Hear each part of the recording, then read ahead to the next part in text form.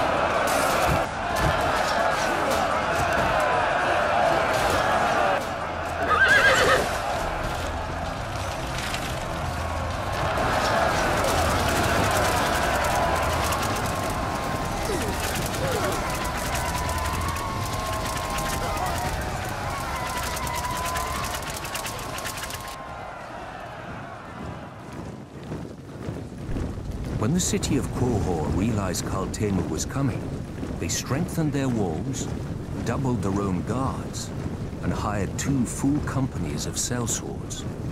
The Dothraki were used to glorified farmers with spears. Qohor would show them a proper army, with mounted and armored cavalry to match the Horde's own.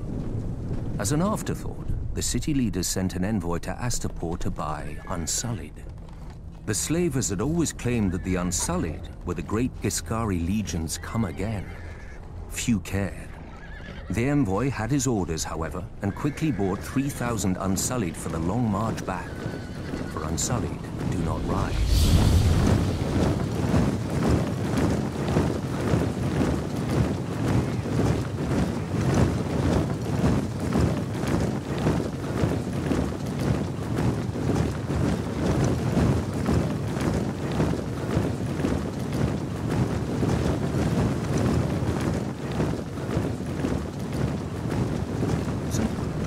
While they marched, Khal Temu arrived at Qohor. By the end of the battle, crows and wolves feasted on what remained of Qohor's heavy horse. All the sellswords had fled. Qohor knew that the Dothraki would very soon break through the gates to rape, slave, and burn at their pleasure.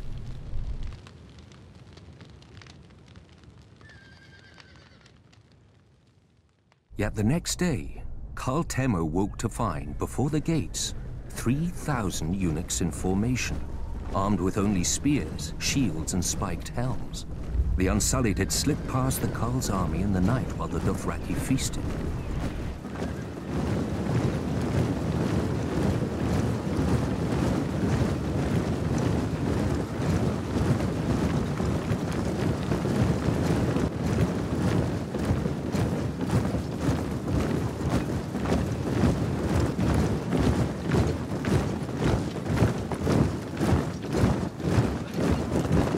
No army could stand against them, because the Dothraki do not stand.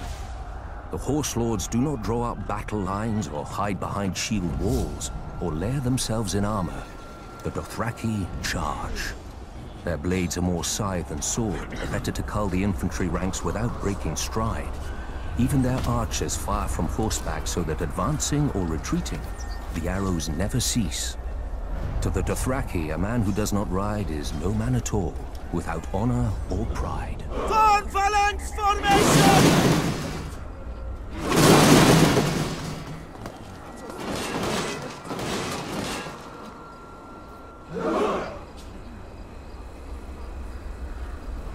Khal Temu had many times their number and could easily have flanked the small force. But to the Dothraki, men on foot are fit only to be ridden down. 18 times the Horse Lords charged, and 18 times the Unsullied locked their shields, lowered their spears, and held the line against 20,000 Dothraki screamers.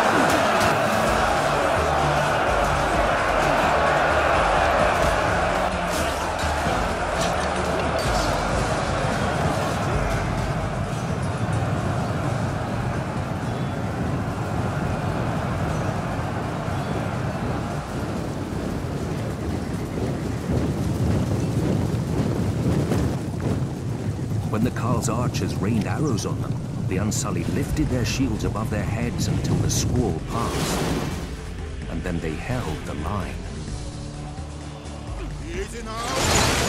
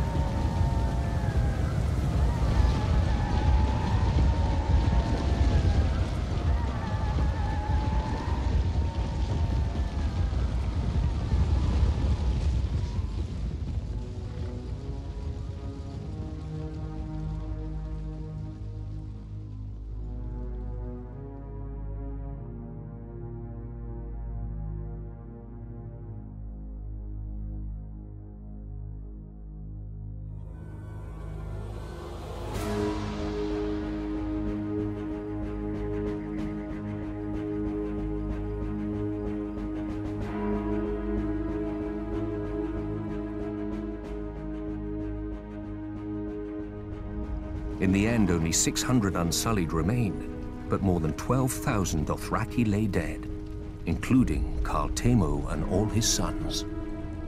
The new Karl led the survivors past the city gates, where one by one, each man cut off his braid and threw it down before the feet of the Unsullied, defeated and shamed forever.